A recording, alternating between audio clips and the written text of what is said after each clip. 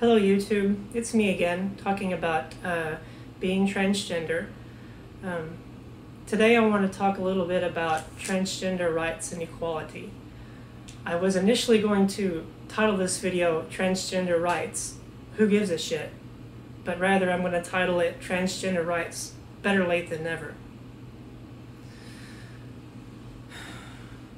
I see that our community has made some strides since the last time I've really looked into how we're presented in the media. I've intentionally stayed out of the affairs of the transgender community and really not paid attention too much to all the propaganda that's on the mass media.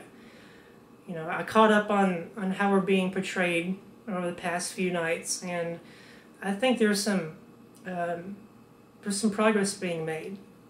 You know, but a lot of people still have that Jerry Springer mentality of who we are. But that's not who we are. That's not how all of us want to live our lives. With Mr. Chaz Bono, I was happy to see that he was able to put a little bit better perspective on things with his experience and journey. And the same thing with Lana Wachowski. But I'm very critical of that whole media thing with Jenna, what's her name? Jenna Talakova, the whole pageant thing. And to me, that it's still not doing the community as a whole any good. To me, it's just one step below Jerry Springer, because you're dealing with this one woman who's dealing with a trivial aspect of being transgender. I mean, I'm sorry to be so critical, but with Talakova and Chaz Bono and Lana, these people, they've got it relatively easy. I'm not saying that transgenders are being easy at all, but they've got money. They've got influence. You know, they're the privileged class. They can hire attorneys and they can hire lawyers. And the people, us, down in the trenches, we don't have that luxury. And I really think it does a disservice, especially with Jenna Talakova. She's gone all the way. And she's just, you know, what is this? I mean, is it really furthering our cause? I mean, you're still holding up the male to females as these people who want to be seen as beauty queens and all that.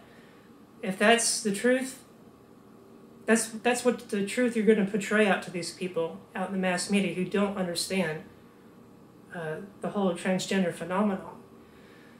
You know, this gets to a point of, where is our representation for us who are down in the ditches, who aren't in the spotlight, who basically just want to survive and function in society, basically could get our name changed without hassle, and get the medical care we need.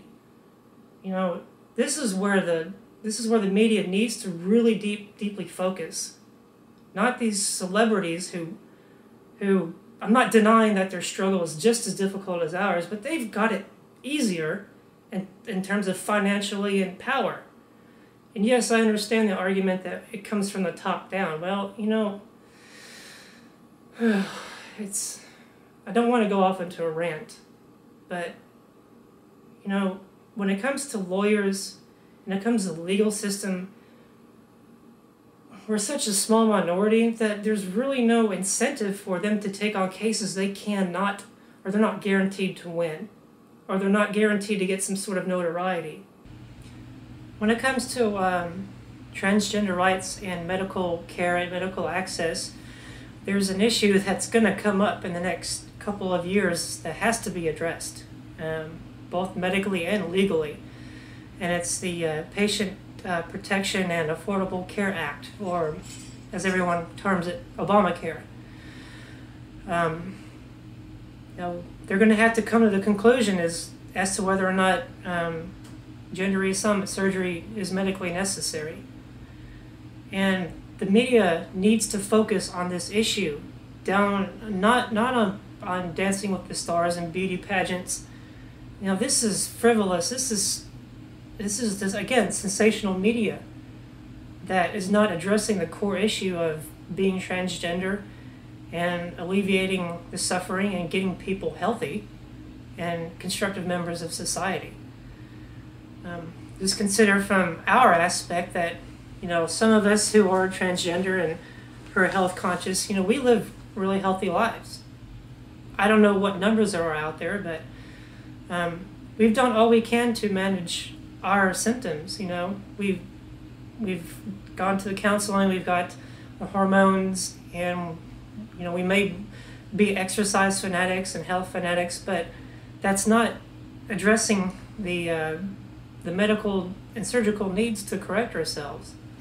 Those of us who are transgender, we do what we can to alleviate the symptoms, and it's going to be tough to be told that you have to get on health care.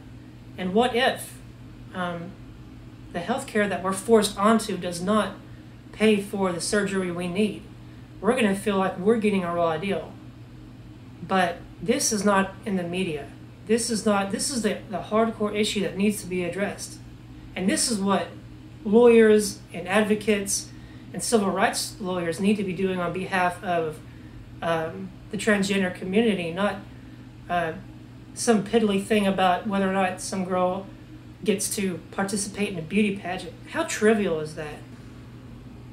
When it also comes to medical transgender rights and medical access, there is that case about the prisoner who had gender identity disorder, and there was a big stink about taxpayer money being used to alleviate their symptoms.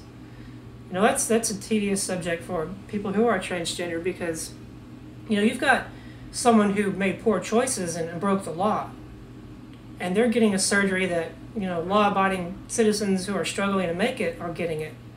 But again, this thing gets put in the media. What's the incentive? I mean, you got some lawyer trying to make a name, and I get a message from one of the GLBT emails that I get, and it's a step in the right direction, but that's still negative publicity for the transgender community, because it's like, they're in prison, and that whole prison culture, and he just wants to be a femme or a bottom. That is not the representation we need. It's not getting at the core issues of the medical part. To me, lawyers do not have an incentive to represent us unless they have a financial gain or they can make a name for themselves. And you can't do that with down here in the ditches when you're trying to fight for a name change or stand up for medical rights and access to medical. That's not going to bring you the attention you want to fill your coffers. But yet, we're still relying on the mass media for exposure, and we still get relegated to wanting to be beauty queens and these people who want attention, and we don't. Personally speaking, I don't want attention. I just want to get the community what it needs. Right now these videos are only reached by friends of mine as well as the transgender community, but really one day I hope to see that these videos and other videos who start to get at the core of our needs to actually make it into the heterosexual community as well as the medical community and those who make the laws. Or else we're just going to keep spinning our tires, having ourselves represented as prostitutes and porn stars and desperate people and beauty queens. That's not the image we need. We need a true image of, again, us down in the trenches dealing with everyday issues, and we need more of that.